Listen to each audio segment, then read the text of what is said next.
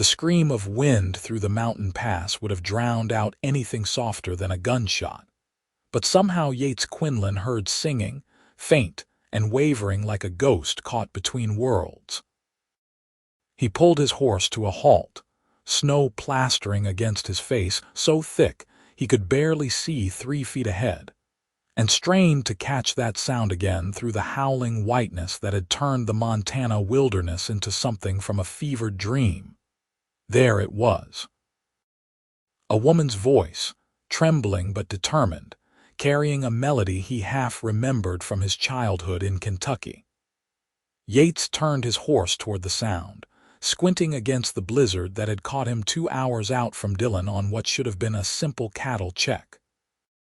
February of 1884 was proving itself the harshest winter anyone could recall, and he had been a fool to ride out alone.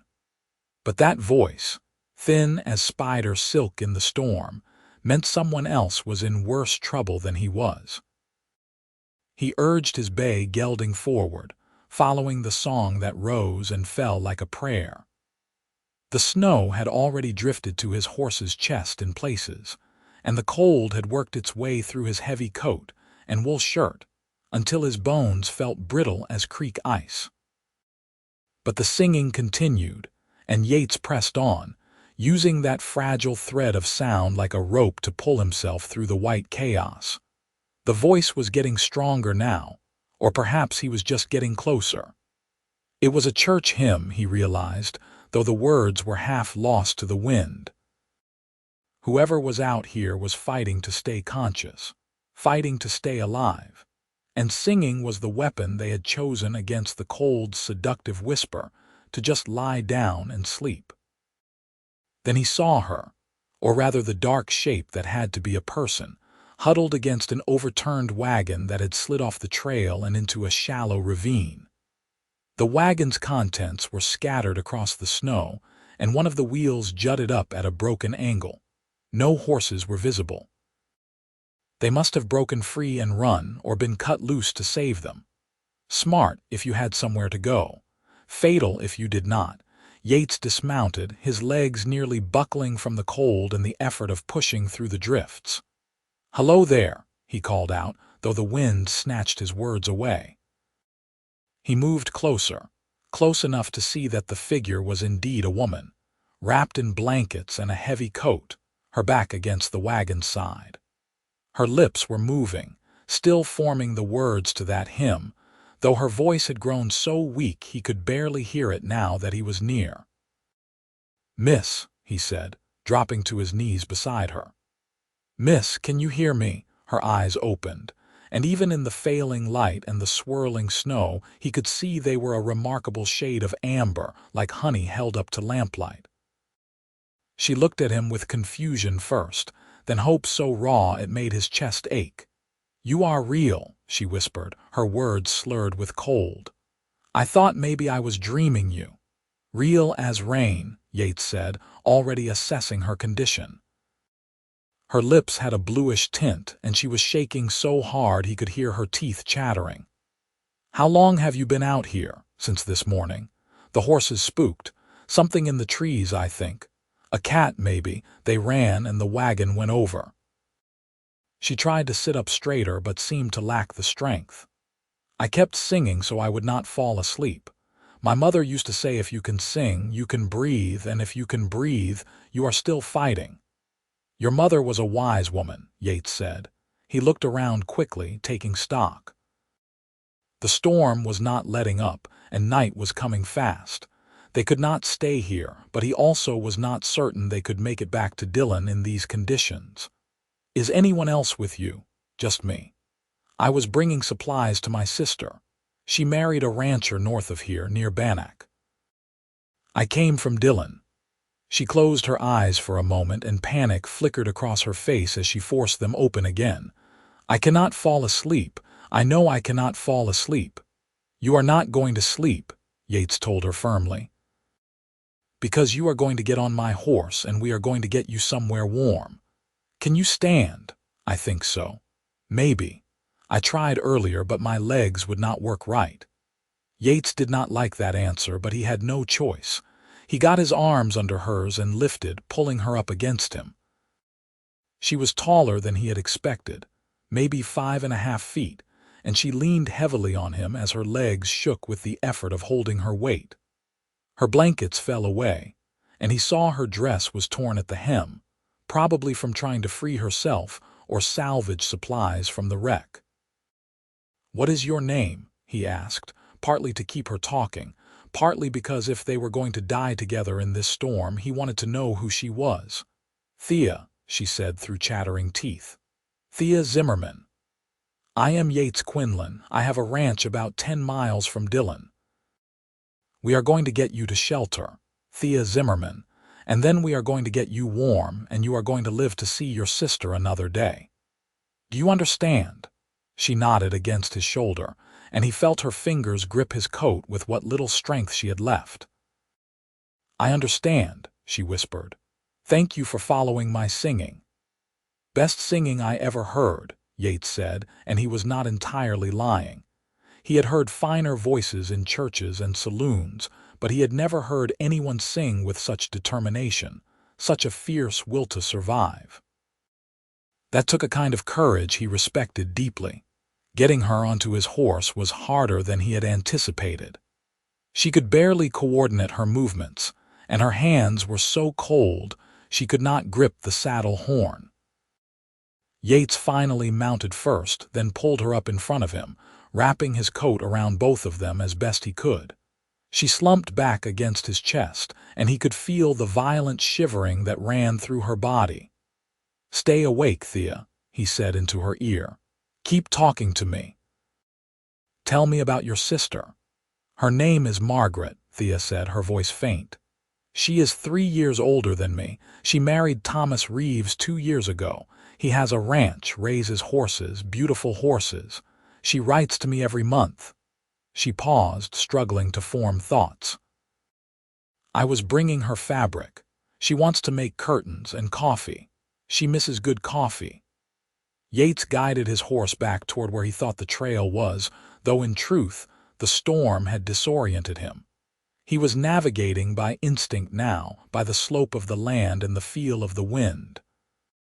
They could not make it to Dillon, that was clear, but there was an old trapper's cabin maybe 3 miles east if he could find it, if it was still standing.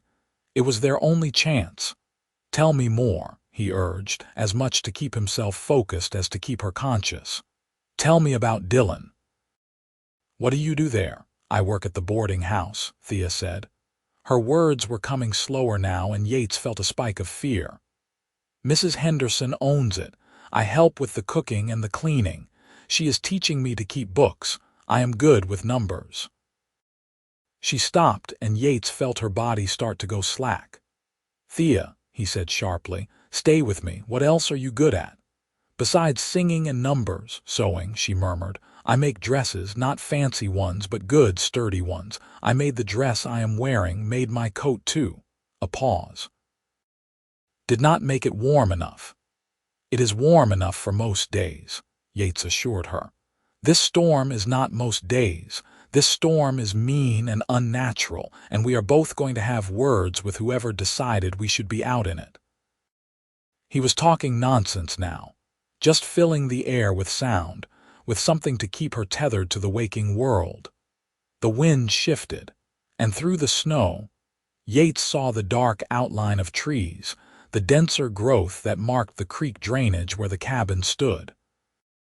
Relief flooded through him, warming him more than any fire could have in that moment. "Almost there," he told Thea. "Just hold on a little longer." She did not answer, and when he looked down, her eyes were closed. "Thea," he said urgently, giving her a gentle shake. "Thea, wake up. I need you to wake up now." Her eyes fluttered open, unfocused. "So tired," she whispered. "Just want to sleep." "Not yet," Yates said fiercely. "You do not get to sleep until I say so, and I am not saying so yet. You hear me? I followed your voice through a blizzard, and you are going to stay awake and see me through to the end of this." Something in his tone must have reached her because her eyes opened wider, and she nodded, a tiny movement of her head. "Okay," she breathed. "Okay." The cabin materialized out of the storm like a miracle, squat and solid with its door still intact, and its roof sagging but whole. Yates dismounted, nearly falling as his frozen legs protested, and then reached up to pull Thea down. She could not stand it all now, so he lifted her in his arms and kicked the cabin door open, grateful beyond words when it swung inward. The interior was dark and smelled of old smoke and mouse droppings, but it was out of the wind, and when Yates probed with his foot, he found the floor was sound. He laid Thea down carefully, then turned to bring his horse into the cabin with them. It was a tight fit, but he was not leaving the animal outside to freeze, and the horse's body heat might make the difference between life and death before the night was over. Once the door was wedged shut against the storm, Yates fumbled in his saddlebags for matches. His fingers were clumsy with cold, but he managed to strike one, and the small flame revealed a single room with a fireplace, a broken chair, and a shelf holding a dented pot. Firewood was stacked against one wall, thank God, left by some hunter or traveler with the frontier's unspoken code of leaving resources for the next person in need. He got a fire started, coaxing the flames to life with hands that shook almost as badly as Thea's body. When the fire was crackling and beginning to throw real heat, he turned his attention to her. She was conscious but barely, her eyes tracking him with difficulty. "We need to get you out of these wet clothes," Yates said, trying to keep his voice matter-of-fact and professional. "You will not warm up while you are wearing them." "Okay," Thea said, but she made no move to help herself. She could not, he realized. Her hands were useless, her body too cold to coordinate movement. Yates swallowed hard and began unbuttoning her coat, then her dress, trying to be as respectful as possible while also working quickly. Her skin was frighteningly cold to the touch, and her lips were still that terrible blue color. He wrapped her in his blankets and the dry parts of her own, then added his spare shirt, creating layers between her and the cold. "I am going to rub your hands and feet," he told her. "It is going to hurt, but it means the blood is coming back, and that is good. Do you understand?" "Yes," she whispered. He took her hands first, small and delicate, a seamstress's hands, and began to rub warmth back into them. She gasped at the pain, tears leaking from the corners of her eyes, but she did not pull away. He worked steadily, methodically, moving from her hands to her feet, which were in worse shape. She had lost one boot somewhere, and that foot was dangerously cold, white and waxy looking. "Talk to me, Thea," he said as he worked. "Tell me something. Anything, tell me your favorite meal." "Chicken and dumplings," she said, her voice strengthening slightly as the fire warmed the cabin. "My mother made them every Sunday. She died 3 years ago, fever. My father went 2 years before that, accident at the mill where he worked." "I am sorry," Yates said, and he meant it. "So it is just you and your sister?" "Yes, just us now. That is why I had to bring her the supplies. She is all the family I have left." Thea's eyes were more focused now, watching him as he rubbed feeling back into her feet. "What about you? Do you have family?" "A brother in Texas," Yates said. "We do not talk much. He thought I was crazy to come to Montana to try ranching in this country. Maybe he was right." He smiled slightly. "I have a foreman, Jack Davies, and 2 ranch hands, Caleb and Samuel. They are probably cursing my name right now, wondering if they need to come looking for me." "You should not have been out in this," Thea said. "Why were you out in this?" "Cattle," Yates said simply. "We moved a herd to winter pasture, and I wanted to check that the fences were holding. Stupid, I know, but a rancher worries about his stock." He paused in his rubbing, checking the color of her feet. Better. Still not good, but better. "What were you thinking, heading out with a storm coming?" "It was not coming when I left," Thea protested. "The sky was clear. Well, mostly clear. I thought I could make it to the turnoff for the Reeves Ranch before afternoon." She looked down at her hands, which were pink now and obviously paining her. I was wrong. We were both wrong, Yates conceded, but we are alive, and that is what matters. He stood and checked his saddlebags, finding some jerky and hardtack. Not much of a meal, but it would keep them going. He offered some to Thea, and she took it, chewing slowly. They sat in silence for a while, listening to the storm howl outside and the fire crackle in the hearth. The cabin was warming up, though it was still far from comfortable. Yates fed more wood onto the fire and settled against the wall near Thea, keeping watch over her. "You saved my life," Thea said suddenly, her amber eyes reflecting the firelight. "I was not going to make it, I knew it. I was singing because my mother told me to never give up, but I did not really think anyone would hear me." "I almost did not," Yates admitted. "I should not have been able to hear you over the storm, but somehow I did, and I followed it." He met her gaze. "You saved yourself, Thea. By singing, by fighting to stay awake. I just helped you finish the job." She smiled, a small, genuine smile that transformed her face. She was beautiful, Yates realized with a start. Even with her hair in tangles and her face pale with cold, there was something luminous about her, something that had drawn him through the storm. Or maybe that was just the relief of being alive talking. "I have never been good at accepting compliments," Thea said. "Or help. My sister always said I was too stubborn for my own good." "Stubborn can be a virtue," Yates said. "Out here especially, Montana does not tolerate weakness." "Is that why you came, to test yourself against it?" Yates considered the question. "Maybe," he said finally. "Or maybe I just wanted to be somewhere big enough to match what I felt inside. Texas was too settled for me, too fenced in. I wanted space. I wanted challenge." "You certainly found challenge," Thea said wryly. She pulled the blankets tighter around herself. "How long do you think we will be stuck here?" "Until the storm breaks," Yates said. "Could be tomorrow, could be a few days." He saw the worry flash across her face. "We have wood for the fire and a little food. My horse has some hay in his bags. We will manage." "Mrs. Henderson will worry," Thea said quietly. "And my sister. When I do not arrive, she will be beside herself." "They will know you are smart enough to find shelter," Yates assured her, "and my men will know the same about me. Worrying will not help anything, so we might as well make the best of things." "The best of things," Thea repeated, looking around the cramped, drafty cabin. "I suppose it is better than freezing to death." "Much better," Yates agreed solemnly, and then they both smiled, acknowledging the absurdity of their situation. The night deepened, and the storm continued its assault on the cabin. Yates kept the fire fed and watched Thea carefully for signs of frostbite or fever. She dozed fitfully, waking every hour or so with a start, and each time Yates would reassure her that she was safe, that she could sleep now. Eventually, she believed him enough to rest more deeply. He did not sleep much himself.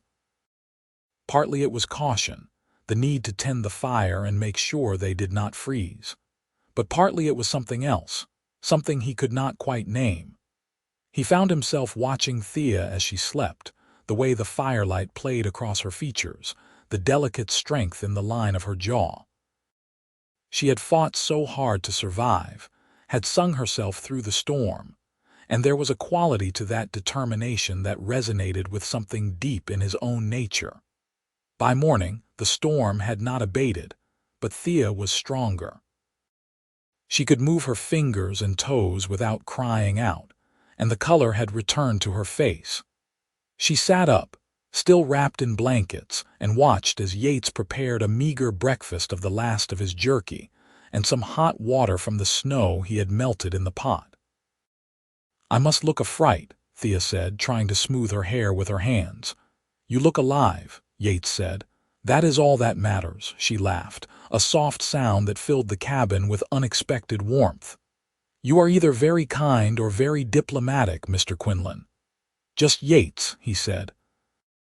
And I am neither, usually, just honest.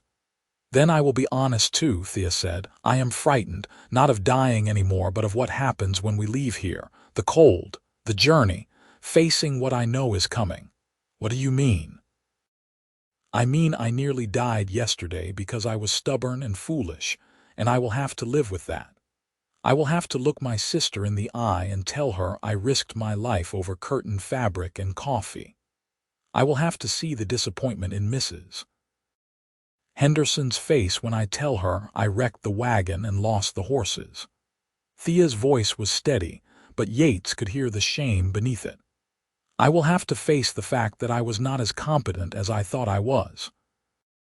Yates moved to sit beside her, close enough that their shoulders nearly touched. You will also have to face the fact that you survived, he said quietly. That when things went wrong, you did not give up. You sang yourself through a blizzard, Thea. Most people would have just laid down and let the cold take them. But you fought. That is not foolishness. That is courage. She turned to look at him, her amber eyes bright with unshed tears. You do not even know me, she said. Why do you care what I think of myself? Because, Yates said, and then stopped, surprised by the intensity of what he was feeling. Because anyone who fights that hard to live deserves to be proud of it, and because I am glad you did. Fight, I mean. I am glad I found you. They looked at each other for a long moment, and something passed between them, something fragile and new and terrifying. Then Thea smiled, a real smile that reached her eyes, and Yates felt his heart do something complicated in his chest. I am glad you found me too, she said softly. The storm raged for another full day and night. During that time, Yates and Thea talked, sharing stories of their lives with the intimacy that comes from shared survival. Thea told him about growing up in Ohio, about moving to Montana with her family when she was 16, full of dreams about the frontier. She told him about learning to sew from her mother, about her father's laugh and her sister's stubbornness. She told him about the loneliness of working at the boarding house, always surrounded by people but never quite belonging. Yates told her about his childhood in Kentucky, about learning to ride before he could read, about the wanderlust that had driven him west. He told her about the challenges of building a ranch from nothing, about the satisfaction of seeing cattle thrive on his land, about the harsh beauty of Montana that got into your bones and never let go. He told her about the loneliness too, the nights when the silence of the empty ranch house felt like a physical weight. They played word games to pass the time, and Thea taught Yates a song her mother had sung, a ballad about a girl who waited for her sailor to return from the sea. Yates found himself memorizing the melody, the way Thea's voice caught on certain notes, the way she closed her eyes when she sang the chorus. On the third morning, they woke to silence. The storm had passed in the night, leaving behind a world transformed by snow. Yates opened the cabin door to drifts that reached the eaves, but overhead the sky was a brilliant, hard blue, and the sun blazed off the white landscape with painful intensity. We can go home, Thea said, standing beside him and looking out at the changed world. Yes, Yates agreed, but neither of them moved. They stood there in the doorway, shoulders touching, and Yates thought that home suddenly felt like a more complicated concept than it had 3 days ago. The journey back to Dillon was slow and arduous, the horse struggling through drifts that sometimes reached its belly. Thea rode in front of Yates again, and he found himself hyper-aware of every place their bodies touched, of the way she leaned back against him with a trust that felt precious and breakable. They reached Dillon just before nightfall, emerging from the wilderness into the main street where people were already digging out from the storm. Yates took Thea directly to the boarding house, where Mrs. Henderson shrieked at the sight of them and immediately began fussing, calling for hot water and blankets and soup. "Where have you been?" Mrs. Henderson demanded, her sharp face softened by genuine worry. "We thought you were dead, girl. When you did not come back before the storm hit, we thought you were dead." "I nearly was," Thea admitted. "My wagon went over. The horses ran. I would have frozen if Mr. Quinlan had not found me." Mrs. Henderson turned her assessing gaze on Yates, and he bore it stoically. "You found her," she said, "and it was not a question." "I heard her singing," Yates said simply. "Singing," Mrs. Henderson repeated, and then she smiled, sharp and knowing. "Of course she was singing. Stubborn child." She patted Thea's hand with unexpected tenderness. "Go on, get yourself warm. We will talk about the wagon and the supplies later. For now, I am just glad you are alive." Yates knew he should leave, should head back to his ranch and let his men know he had survived. But he lingered, watching as Mrs. Henderson led Thea toward the stairs. At the last moment, Thea turned and looked back at him, and the expression in her eyes made him ache with something he could not name. "Thank you," she said, "for everything." "It was nothing," Yates said, though they both knew it was a lie. "Will I see you again?" The question hung in the air between them, weighted with possibility. "Yes," Yates said, surprised by the certainty in his own voice. "Yes, you will." True to his word, Yates returned to Dillon 3 days later, ostensibly to pick up supplies but really to see Thea. He found her in the boarding house kitchen, her hands busy with bread dough, her hair tied back with a blue ribbon. She looked up when he entered, and the smile that broke across her face made the long ride worth it. "Yates," she said, and he loved the way his name sounded in her voice. "I did not expect to see you so soon." "I had business in town," he said, which was true in the loosest sense. "I wanted to check that you were all right." "I am well," Thea assured him. "No frostbite, no fever, just some bruises and a story I will be telling for years." She wiped her hands on her apron. "Would you like some coffee? I just made a fresh pot." They sat at the kitchen table, and Thea poured coffee into thick ceramic mugs.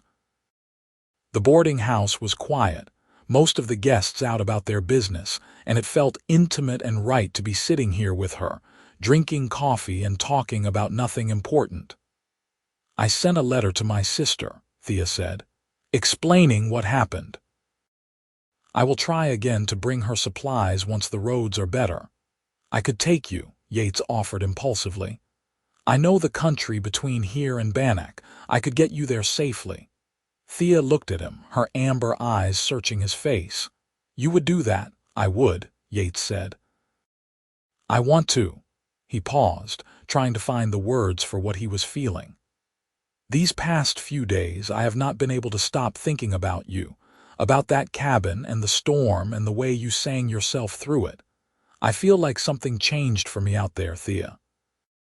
And I think maybe it changed for you too." "Yes," Thea said softly. "It did." She reached across the table and took his hand, her touch warm and sure. "I felt it too, feel it still. I do not know what it means, Yates, we barely know each other." "Then let us know each other," Yates said. "Let me court you properly.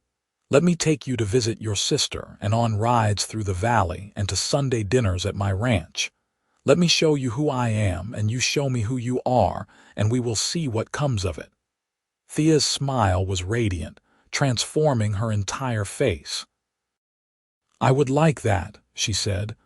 "I would like that very much." So began a courtship that the citizens of Dillon would talk about for years. Partly because it was so clearly a love match, and partly because it moved with a speed that suggested people who had looked death in the eye and decided not to waste time. Yates came to town every Sunday, and he and Thea would walk together, or sit on the boarding house porch, or attend church services where they shared a hymnal, and their voices blended together in a way that made Mrs. Henderson dab at her eyes with her handkerchief. In late March, when the snows had melted enough for travel, Yates made good on his promise and took Thea to visit her sister. They rode together, Thea on a gentle mare from Yates's string, and the journey that had nearly killed her 2 months before passed peacefully under a sky so blue it hurt to look at. Margaret Reeves was waiting on the porch when they arrived, and she flew down the steps to embrace Thea with tears streaming down her face. "You foolish, foolish girl," Margaret sobbed. "I thought I had lost you." "I am all right," Thea soothed, holding her sister tight. "I am all right, Margaret." "Thanks to Yates."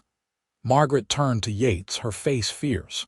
She was taller than Thea with darker hair, but the family resemblance was clear. "You saved her," she said. "She saved herself," Yates said, uncomfortable with the gratitude in Margaret's eyes. "I just helped." "Do not listen to him," Thea said, linking her arm through Yates's with a naturalness that made his heart soar. "He found me in a blizzard, Margaret. He followed my voice and found me and kept me alive. He is too modest to take credit, but I am not too modest to give it to him." They stayed 2 days at the Reeves ranch, and Yates watched Thea with her sister, saw the love and easy affection between them, and understood why Thea had risked so much to bring Margaret supplies. Family was everything to Thea, and the fact that she had so little of it left made what remained precious beyond measure. On the second night after dinner, Margaret pulled Yates aside while Thea was helping with the dishes. "You love her," Margaret said bluntly. Yates did not try to deny it. "Yes," he said simply, "and she loves you. I can see it in the way she looks at you, the way she says your name." Margaret crossed her arms. "So what are you going to do about it?" "Marry her," Yates said. "If she will have me, she will have you," Margaret said with certainty. "But you had better ask her properly, Yates Quinlan. My sister deserves romance and poetry and all the pretty words you can muster." "I am not much for poetry," Yates admitted. "Then you had better learn," Margaret said, but she was smiling.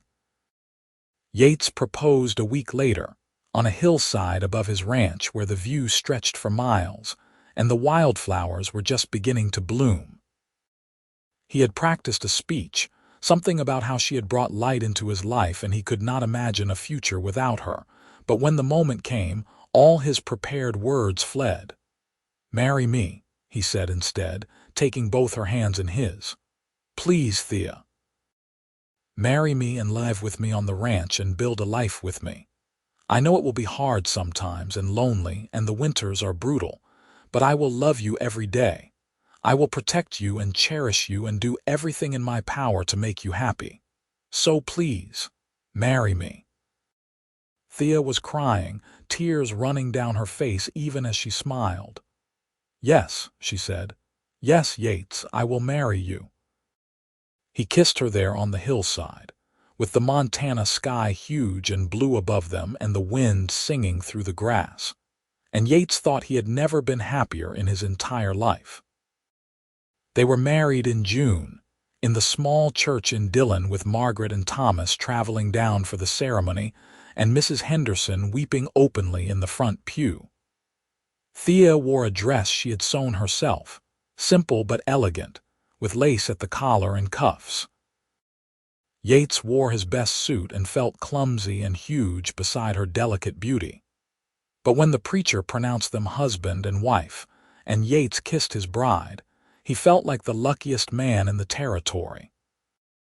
The wedding celebration was held at the boarding house, with half the town attending to drink punch and eat cake and congratulate the couple.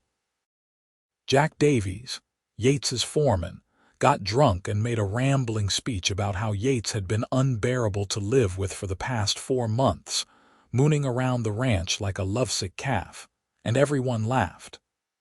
Thea blushed prettily, and Yates grinned, not caring that his feelings had been so obvious. As the sun set, Yates and Thea rode out to the ranch, to the house that was now their home. Yates had spent the past month fixing it up, patching the roof and replacing the broken floorboards and building new furniture. It was still rough, still simple, but it was clean and sturdy, and it was theirs. "Welcome home, Mrs. Quinlan," Yates said, lifting Thea down from her horse. "Home," Thea repeated, looking around at the ranch buildings, the corrals, the wide sweep of land. I like the sound of that. They stood together in the doorway, watching the last light fade from the sky, and Yates marveled at how much his life had changed in 4 short months. He had gone out into a blizzard alone and come back with a wife, with love, with a future he had not dared to imagine. "What are you thinking?" Thea asked, leaning against him. "I am thinking about the day I found you," Yates said. "About how I almost turned back. The storm was so bad and I knew it was foolish to keep going, but I heard you singing and I could not turn away from that." "I am glad you did not," Thea said softly. "I am glad you followed my voice." "So am I," Yates said. "So am I." Their first year of marriage was both harder and sweeter than either of them had anticipated. The ranch demanded constant work, from dawn to long past dusk, and Thea threw herself into it with a determination that reminded Yates of the way she had sung herself through the blizzard. She learned to cook for ranch hands, to tend the vegetable garden, to help with the calving in the spring. She sewed curtains for the windows and quilts for the bed and shirts for Yates that fit him better than anything he had ever owned. In turn, Yates taught Thea to ride better, to shoot a rifle, to read the weather and the land. He showed her the secret places on the ranch, the hidden creek where trout rose to the surface on summer evenings, the meadow where elk grazed at dawn, the high ridge where you could see 3 mountain ranges on a clear day. He learned that she was ticklish, that she sang while she worked, that she had a stubborn streak a mile wide and a temper that flared quick and burned out just as fast. They fought sometimes, about stupid things mostly. About whether to plant corn or beans in the garden, about how much salt to put in the stew, about whether Yates should hire another ranch hand or wait until spring. But they always made up, usually quickly, and Yates discovered that making up with Thea was one of his favorite things in the world. In the fall, Thea discovered she was pregnant. She told Yates one evening as they sat on the porch watching the sunset, and he was so overwhelmed with joy and terror that he could not speak for a full minute. "Say something," Thea prompted, her hand resting on her still flat belly. "I am going to be a father," Yates said wonderingly. "We are going to have a baby." "Yes," Thea said, smiling at his stunned expression. "In March, the doctor thinks." "March," Yates repeated. "That is soon. That is so soon. We need to prepare. We need a cradle and blankets." "And what else do babies need?" "I have no idea what babies need, Thea." She laughed, delighted by his panic. "We will figure it out," she assured him. "Together, we have time." The pregnancy was not easy. Thea was sick for the first 3 months, barely able to keep food down, and Yates worried himself half to death watching her grow pale and thin. But by December, she had turned a corner, and her appetite returned with a vengeance that amused everyone. She ate like a ranch hand, Mrs. Henderson teased when Thea and Yates came to town for Christmas, and she had never looked healthier. The baby came early, in late February during another blizzard. Yates paced the floor like a caged animal while the midwife worked, listening to Thea's cries and feeling utterly helpless. When at last he heard the sharp wail of a newborn, he nearly collapsed with relief. "You have a son," the midwife announced, emerging from the bedroom with a smile. "A big, healthy boy, and your wife did beautifully. You can go in now." Yates entered the bedroom on shaking legs and found Thea propped up against the pillows, looking exhausted but radiant with a tiny bundle in her arms. She looked up as he approached, and her smile took his breath away. "Meet your son," she said softly. Yates sat on the edge of the bed and looked down at the baby, at the tiny perfect face and the shock of dark hair and the little fists waving in the air. "He is beautiful," Yates whispered. "He is the most beautiful thing I have ever seen." "He looks like you," Thea said. "He has your chin." "Poor kid," Yates said, but he was grinning. He reached out a tentative finger and the baby's hand closed around it with surprising strength. What should we name him? They had discussed names for months but never settled on one. Now, looking at their son, Thea said, "What about James?" "After my father, James Quinlan," Yates said, testing the sound. "I like it. James it is." The baby, as if in agreement, yawned and settled more deeply into Thea's arms. Yates sat with his wife and son, listening to the blizzard rage outside, and thought about another storm 2 years ago, about a voice singing through the snow, about the moment his life had changed forever. "What are you thinking about?" Thea asked, watching his face. "I am thinking about the day I found you," Yates said. "About how one decision, one moment of following a sound I should not have been able to hear led to this. To you, to him, to everything." "Fate," Thea said softly. "I think it was fate, Yates. I think we were meant to find each other." "Then I am grateful to fate," Yates said, "and to your stubbornness and your courage and your beautiful voice that led me home." "Home," Thea repeated, looking around the bedroom at the house they had made together. "Yes, you followed me home, and now we have made one together." They sat in comfortable silence, the three of them, while outside the blizzard howled and the world turned white. But inside, by the fire's warmth, with his family safe beside him, Yates felt nothing but peace and joy and a gratitude so deep it bordered on reverence. The years passed, each one adding its own texture to the tapestry of their life together. James grew strong and willful, with his mother's stubbornness and his father's love of the land.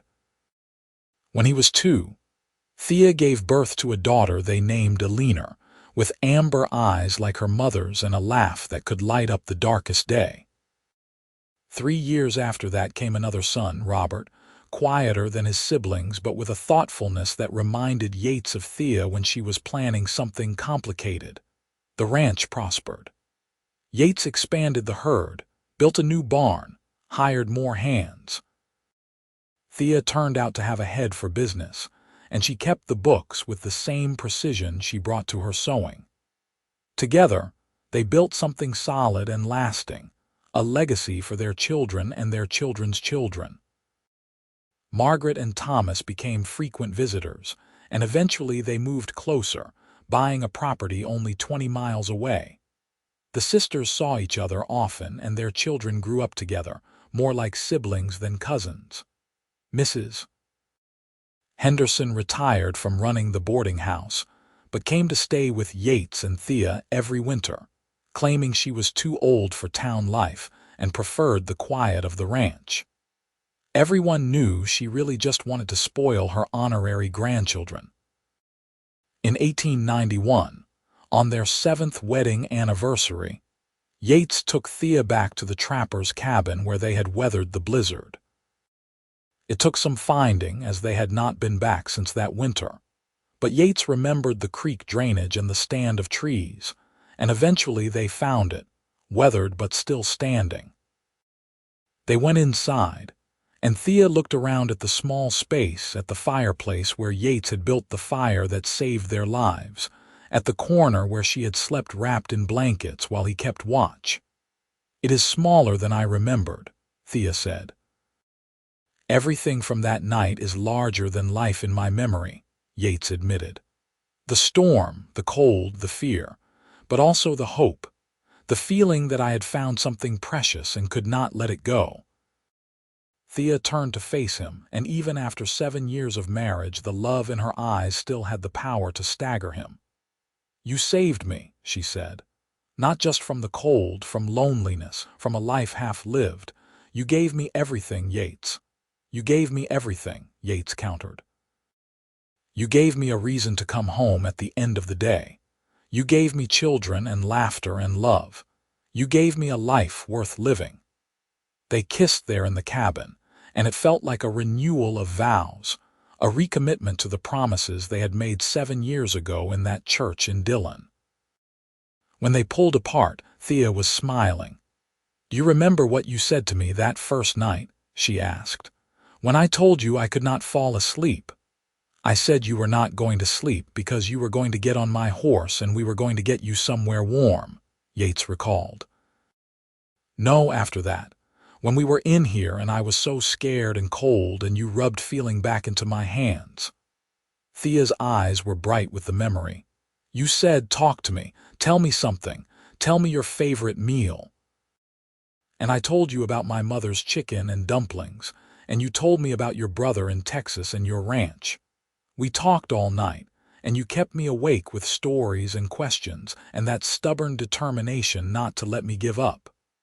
I remember, Yates said softly.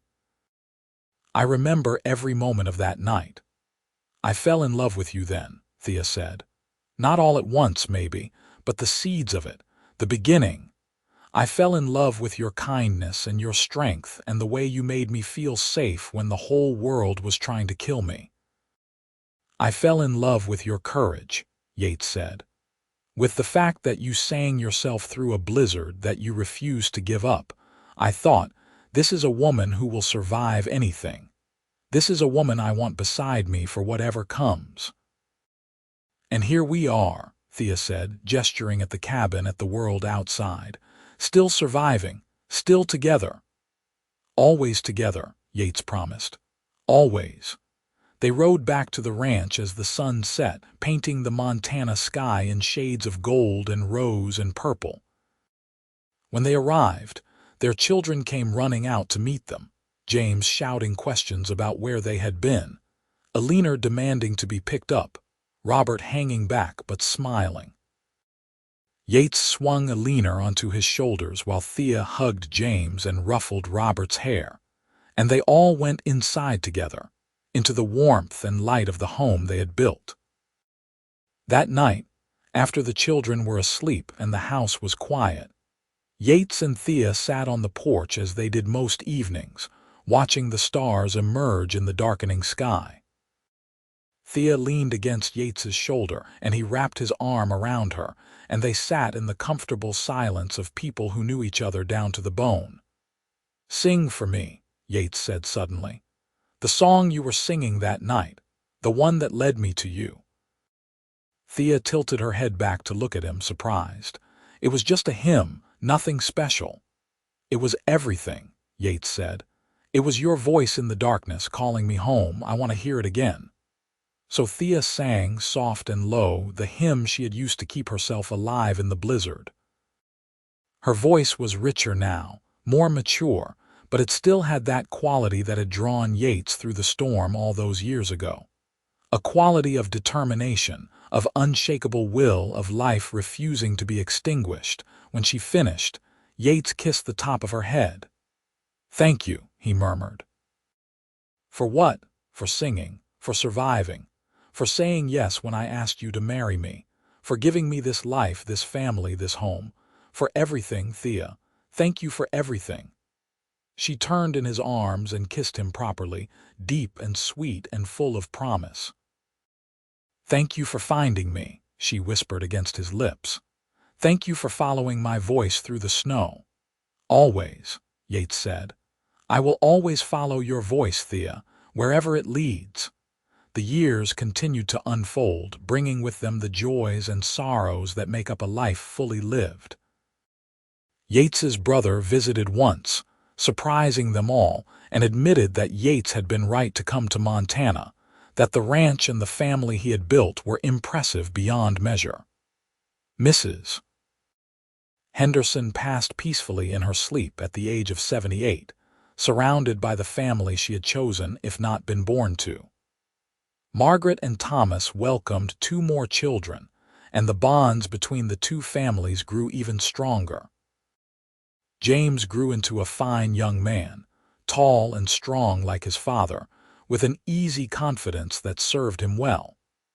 He took to ranching naturally, and told his parents he wanted nothing more than to stay and help build the family legacy. Alina became a teacher, traveling to Dillon each day to work at the small schoolhouse, bringing education to the children of miners and ranchers and shopkeepers.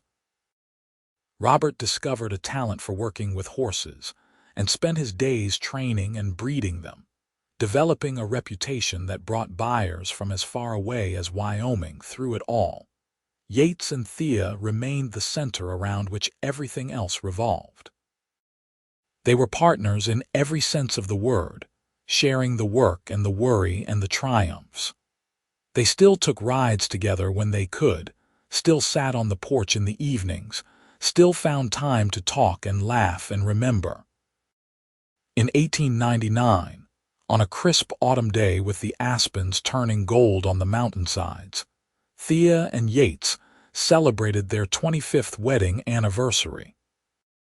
Their children threw them a party, inviting friends and neighbors from miles around, and the ranch was filled with music and laughter and the warmth of community. As the sun set and the party began to wind down, Yates found Thea standing by the corral, watching the horses graze in the last light. He came up beside her and took her hand, and they stood together in the comfortable silence of long companionship. 25 years, Thea said wonderingly. It seems like yesterday and forever ago at the same time. I know what you mean, Yates said. I can barely remember what my life was like before you. It feels like you have always been here, always been mine. Always been ours, Thea corrected gently. We built this together, Yates. Everything we have, everything we are, it is ours, not mine or yours. You are right, Yates agreed. As usual, he smiled at her mock glare. Do you ever think about that blizzard, about the day we met? Often, Thea admitted. Especially in winter when the storms come, I think about how close I came to dying, about how different everything would have been if you had not heard me singing. She paused. Do you ever wonder what would have happened if you had not come along that road, if you had gone a different way or left an hour earlier or later? No, Yates said firmly, because I believe we would have found each other somehow. Maybe not that day, maybe not in that way. But somehow, I believe some things are meant to be, Thea, and we were meant to be. Fate again, Thea said with a soft smile. You are getting sentimental in your old age, Yates Quinlan. I am not old, Yates protested, though at 48 he was starting to feel the years in his joints and the gray in his hair. I am seasoned, distinguished. Old, Thea teased, though she was only 3 years younger.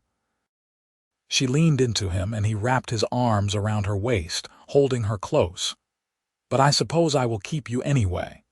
I suppose I will keep you too, Yates said, pressing a kiss to her temple. For at least another 25 years, maybe 50 if we are lucky. 50 years, Thea repeated. We would be ancient. We would be together, Yates said. That is all that matters. They stood there as the stars came out, watching the night descend over the ranch, over the land they had worked and loved and made their own. From the house came the sound of their children's voices, James and Alina and Robert talking and laughing together. And Yates felt a contentment so deep, it was almost painful. I love you, he said, not for the first time, not for the 1000th time, but with the same sincerity he had felt on their wedding day. I will love you until the day I die, Thea Quinlan. And I love you, Thea replied, turning in his arms to face him. You followed my voice through a blizzard, Yates. You saved my life and gave me a new one, better than anything I could have imagined. How could I not love you? They kissed there in the twilight, husband and wife, partners and lovers and best friends. When they pulled apart, they were both smiling, and without needing to speak, they turned and walked back to the house together, hand in hand, ready for whatever the future might bring. The final years of the 19th century gave way to the dawn of the 20th, and with them came changes to Montana and to the Quinlan Ranch. Automobiles began appearing on the roads, though Yates stubbornly insisted that horses were more reliable. Electricity came to Dillon, though it would be years before it reached the outlying ranches. The old ways and the new existed side by side, sometimes clashing, sometimes blending into something neither old nor new but uniquely of that moment. James married in 1902, bringing home a strong-willed young woman named Catherine who fit into the family as if she had always been there. They gave Yates and Thea their first grandchild, a boy named Samuel, in 1903, and the ranch echoed once again with the sounds of a baby's cries and coos. Eleanor married a year later to a banker's son from Dillon, and while she moved to town, she visited the ranch often, bringing her husband and eventually their 2 daughters. Robert remained unmarried longer, claiming he was too busy with the horses to think about romance, until he met a widow named Sarah at a horse auction in Butte and fell hard and fast. They were married within 3 months and added 3 more children to the growing Quinlan clan. Through all of this, Yates and Thea watched and helped and marveled at how their lives had expanded, how that moment in a blizzard 20 years ago had led to all of this, to children and grandchildren and a legacy that would outlive them both. In 1904, Thea fell ill. It started as a cough that would not go away, then progressed to fevers and exhaustion. The doctor came from Dillon and shook his head gravely, talking about pneumonia and complications, about doing everything they could but preparing for the worst. Yates refused to accept it. He sat by Thea's bedside day and night, holding her hand, reading to her, talking to her even when she was too weak to respond. Their children took turns sitting with them, and the house was filled with a tense, fearful silence broken only by the sound of Thea's labored breathing. On the 4th night, when Thea's fever spiked and the doctor warned that the next few hours would be critical, Yates did the only thing he could think of. He began to sing. The hymn Thea had sung in the blizzard, the one that had led him to her, the one that had become their song over the years. His voice was rough and untrained, but he sang with all the love and desperation in his heart, willing her to hear him, willing her to fight. And she did. Whether it was the medicine or the nursing or sheer stubborn will, Thea's fever broke just before dawn. She opened her eyes to find Yates still singing, his voice hoarse and his face wet with tears, and she smiled weakly. "Your voice," she whispered. "I heard your voice." "I learned from the best," Yates said, his own voice breaking. "You sang yourself through a blizzard, Thea." "I figured I could sing you through this. I heard you," she repeated, "and I followed it back. I followed your voice back home." Yates kissed her hand, her forehead, her lips. "Always," he said, "always follow my voice. I will always call you back to me." Thea recovered slowly, and it was months before she regained her full strength. But she did recover, and life on the ranch gradually returned to normal. The scare had aged them both, had reminded them that time was not infinite, that the years they had been given were precious and should not be wasted. They made the most of those years. They traveled, taking a trip to San Francisco that Thea had always dreamed of, marveling at the city and the ocean, but ultimately glad to return to Montana. They spent time with their grandchildren, teaching them to ride and telling them stories about the old days. They sat on the porch every evening, weather permitting, and talked about everything and nothing, content simply to be together. In 1909, Margaret passed away suddenly of a heart ailment, and Thea grieved deeply for the loss of her sister, her last connection to her childhood and her parents. Yates held her through the worst of it, and when she finally emerged from the fog of grief, she clung to him with a fierceness that reminded him of that night in the blizzard. "You are all I have left," she told him. "You and our children. You are my family now." "I have always been your family," Yates reminded her. "From the moment I found you, we chose each other, Thea. That is a bond stronger than blood." "Yes," Thea agreed. "Yes, we did, and I would choose you again, Yates. Every time in every life I would choose you."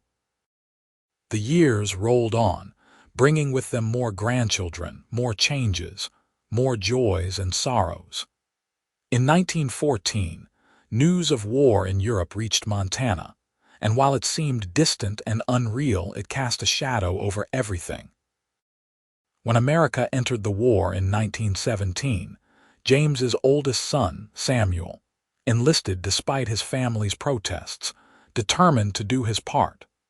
The year Samuel was overseas was the longest of Yates and Thea's lives.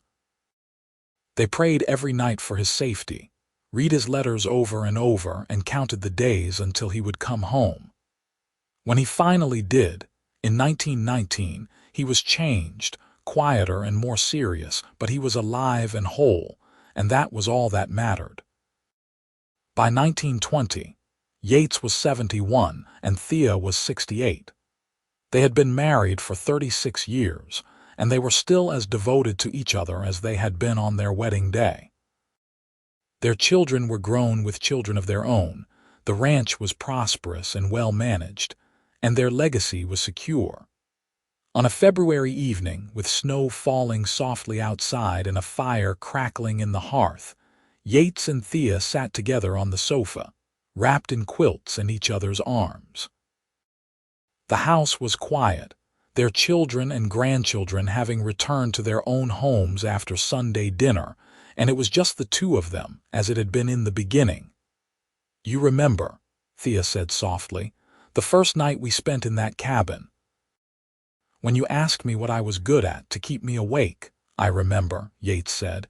"You told me you were good at sewing and singing and numbers." "I was so scared," Thea admitted. "So certain I was going to die, but you would not let me give up. You kept asking me questions, kept making me talk, kept pulling me back from the edge." "You did the same for me," Yates pointed out. "I was half frozen too, Thea, scared and disoriented and not sure I could find that cabin. But I heard you singing, and it gave me something to focus on, something to move toward. You saved my life as much as I saved yours." "We saved each other," Thea said.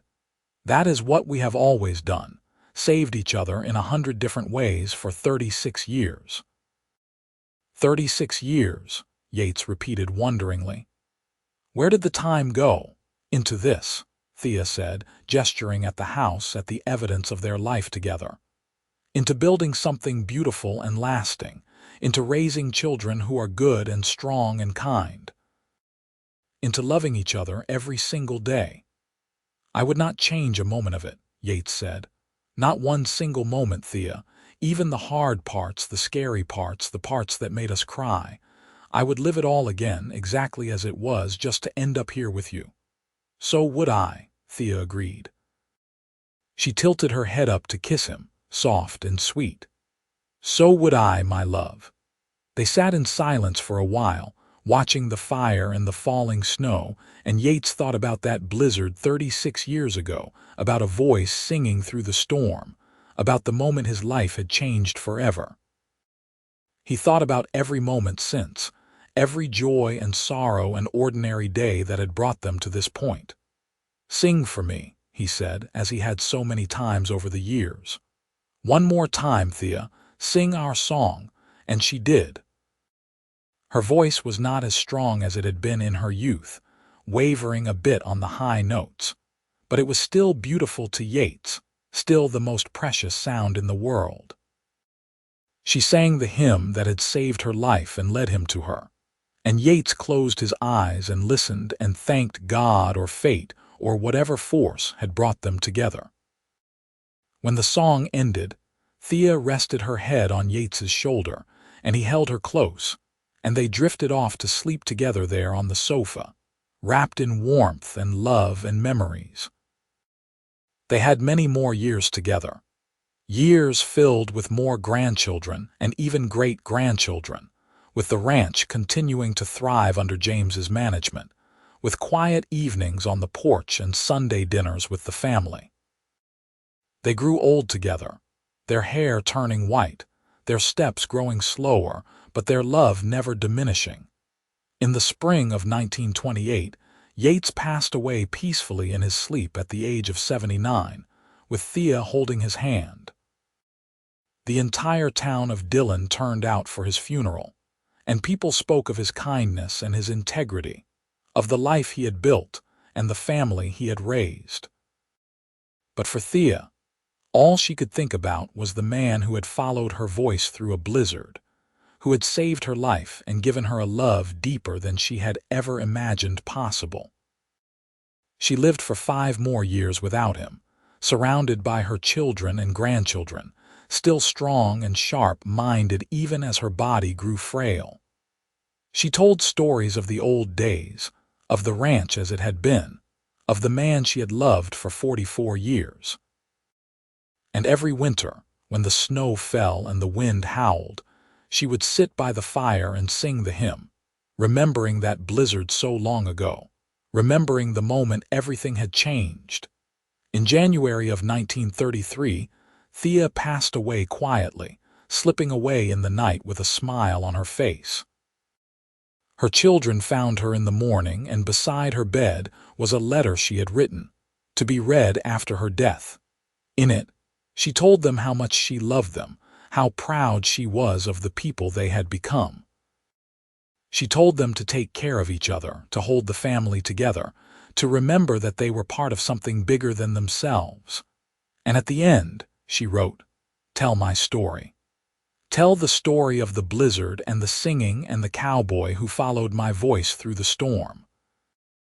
Tell them that love is real, that it is powerful, that it can sustain you through the darkest nights and the coldest winters. Tell them that I sang myself through a blizzard, and your father found me and saved me, and we built a life together that was more beautiful than anything I could have imagined. Tell them that when I died happy, knowing that I had been loved completely and had loved completely in return. Tell them that I am with your father now, wherever we go when we leave this world, and that I am home. I followed his voice home, just as he followed mine all those years ago. Tell them that love is everything. Tell them that it is worth fighting for, worth singing for, worth every moment of fear and pain and struggle. Tell them our story, and let it be a testament to the power of love and the strength of 2 people who chose each other and never let go." The letter was read at her funeral, and there was not a dry eye in the church. Afterward, James and Alina and Robert took their mother's body to be buried beside their father on a hillside above the ranch, where the view stretched for miles and the wildflowers bloomed every spring. Years later, decades later, the story of Yates and Thea Quinlan became part of the fabric of Montana history, a tale told and retold around fires and dinner tables. The story of a woman who sang herself through a blizzard, and a cowboy who followed her voice, and found not just a life to save but a love that would endure beyond death itself. The ranch stayed in the family for generations, each new owner adding their own chapter to the story, but never forgetting the foundation laid by Yates and Thea. The cabin where they had weathered the storm was eventually restored and preserved, marked with a plaque that told their story. And every February, on the anniversary of the day Yates found Thea, the family would gather at the ranch and someone would sing the hymn, remembering and honoring the love that had started it all. Because in the end, that was what mattered. Not the ranch or the land or the material legacy, though those were important. What mattered was the love, the fierce, unbreakable bond between 2 people who had found each other in the worst of circumstances and built something beautiful that lasted long after they were gone. Thea had sung herself through a blizzard, refusing to give up, refusing to let the cold and the dark win. Yates had heard her voice and followed it, guided by something he could not name but trusted completely. And together, they had created a life, a family, a legacy that would endure for generations. That was the story. That was what their descendants told their children and their grandchildren. That was what people remembered when they spoke of the Quinlans. Not just that they had survived a blizzard, though that was impressive enough, but that they had found each other in the storm and had held on to each other through every storm that followed, that they had loved each other with a constancy and a depth that became legendary. She sang to stay awake in the blizzard. He found her voice and followed it home. And in doing so, they found each other, and they found a love that would transcend time and become the foundation for everything that came after. That was their story, and it was beautiful, and it was true, and it would never be forgotten.